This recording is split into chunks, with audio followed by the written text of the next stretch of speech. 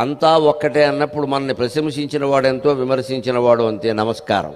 మనం ఎవరికీ మాట్లాడక్కల. ప్రశంసించిన వాళ్ళని పిలిచి పాయసం పోయక్కర్లేదు, విమర్శించిన వాళ్ళని బట్టి సూదేటి పొడవక్కల అవసరం లేదు. ప్రశంస ఎంత రకరకాలుగా అబద్ధాలుగా, కొన్ని ప్రశంసలు ఎలా అబద్ధాలుగా ఉంటాయో కొన్ని విమర్శలు కూడా అబద్ధాలుగానే ఉంటాయి. మనని ప్రశంసించడం వల్ల వాడికి ఏదో ప్రయోజనం ఉంది, అందుకని ప్రశంసించాడు, నిజంగా కాదు. అలాగే మనని విమర్శించడం వల్ల వాడికి ఏదో ప్రయోజనం ఉంటుంది, అందుకని విమర్శించాడు, నిజంగా హృదయంలో ఉండి కాదు.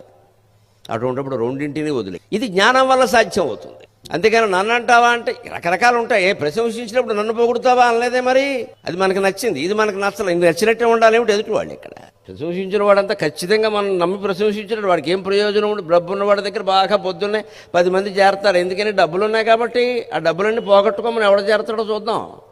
రాజకీయాల్లో ఇంకా బాగా అర్థమవుతుంది. పదవి ఒక్కసారి రాజీనామా చేసి ఇంటికి వచ్చాడు అంటే ఇంక పెళ్ళం కాఫీ ఇవ్వాల్సిందే, ఇంకేం ఉండదు అక్కడ, ఇంకెవరు ఉండరు అక్కడ. ఆవిడ కూడా తప్పనిసరి ఉంది, పాతకాలపు ఆవిడ కాబట్టి విడాకులు ఇవ్వలేక. ఎందుకేనండి? అంతే, ఇంకెవరు ఉండరు అక్కడ.